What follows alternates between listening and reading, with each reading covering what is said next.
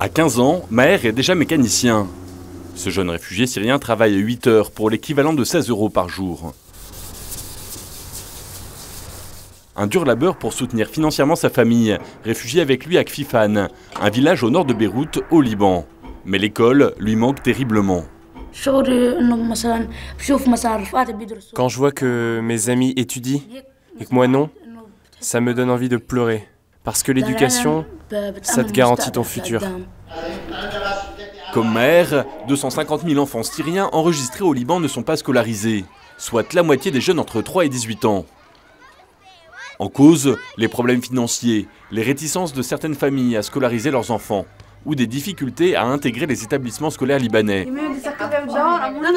À Kfifan, les 5 filles de cette famille ne sont pas scolarisées. Elles passent leur journée devant la télévision. J'aimais trop aller à l'école. J'aimais terminer chaque année avec d'excellents résultats, pour être fière de moi. Hussein et sa femme avaient pourtant essayé d'inscrire leurs filles dans des établissements scolaires à la rentrée. Sans succès, malgré les efforts de l'enseignement public libanais pour scolariser les centaines de milliers d'enfants syriens réfugiés au pays du Cèdre. Le nombre de salles de classe pour les Syriens a en effet augmenté chaque année depuis le début du conflit en Syrie. La scolarité est gratuite et n'exige pas de permis de résidence. Mais les ressources sont limitées et certaines écoles n'ont pas respecté ces politiques. On a essayé de les inscrire dans une école publique en se basant sur la déclaration du ministre de l'Éducation qui affirmait que tous les Syriens devaient être acceptés. On est allé dans toutes les écoles et personne ne nous a acceptés. Nous sommes harcelés dans la rue, nous sommes harcelés par l'État et par la Sûreté générale. Il y a des harcèlements et des pressions sur nos enfants dans les écoles. L'accueil d'1,5 million de Syriens depuis 2011 représente en effet un véritable défi. Ces migrants pèsent sur l'économie et leur accent rappelle celui de l'occupant syrien pendant la guerre du Liban. Mes amis, par exemple, ils me disent que comment je peux aider une personne qui a tué mon arrière-grand-père. Et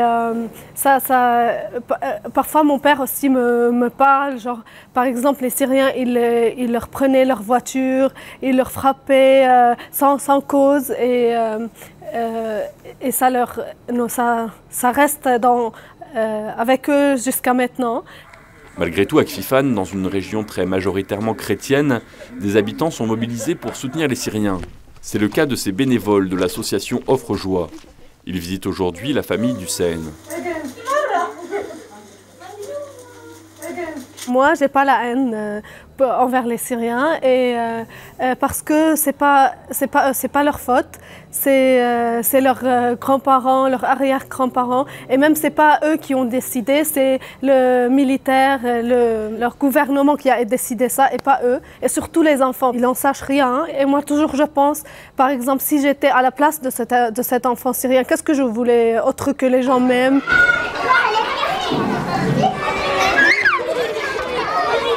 L'association Offre Joie dans laquelle travaille Joël œuvre pour la paix, notamment par l'éducation.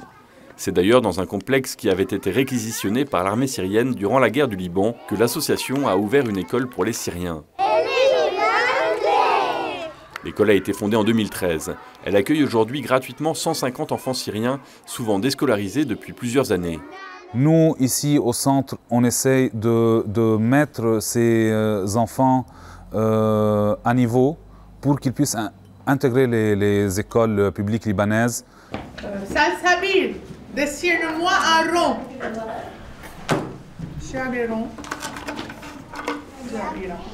Bravo. Pour intégrer les établissements publics, ces élèves doivent d'abord apprendre le français. 70% des écoles assurent en effet un enseignement dans cette langue.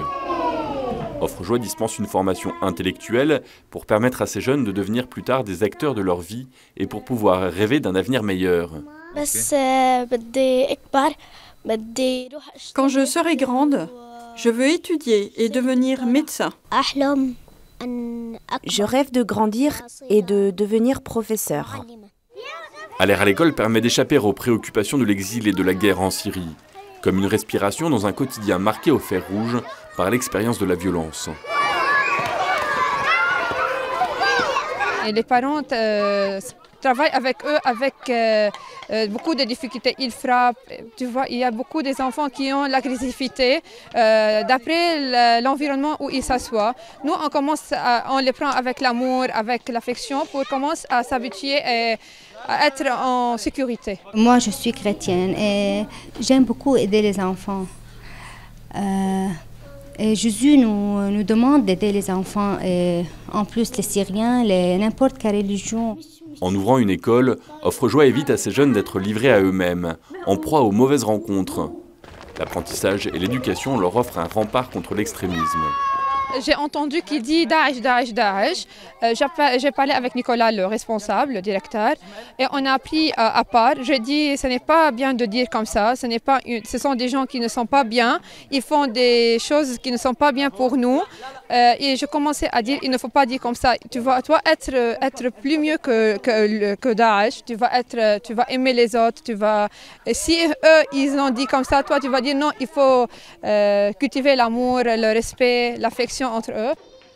Cette éducation à la paix passe donc par des discussions informelles, mais également par des cours.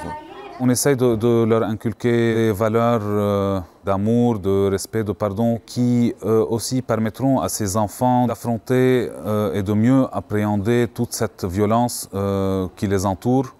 Cet enseignement marque l'esprit des élèves, comme Roua. Elle a 16 ans et elle a fui la Syrie pour se réfugier à Kfifan. Je me suis enfuie car notre région était encerclée et qu'on ne pouvait plus y vivre. On ne pouvait pas y rester car il y avait beaucoup de bombardements et des choses comme ça. Mais si tu te venges de quelqu'un, la guerre ne se terminera jamais. C'est pour cela que je n'ai pas pensé à la vengeance. Parce qu'un jour va venir, ils reconnaîtront leurs fautes. Ils vont être punis par la loi. En scolarisant ces jeunes, Offre-Joie veut donc leur permettre de sortir de la spirale de la violence. Grâce à l'éducation, elle les prépare à construire la paix en Syrie lorsque la guerre sera terminée. Et cette scolarisation est urgente. En 2016, seulement 10% des jeunes Syriens de 16 ans fréquentaient un établissement scolaire.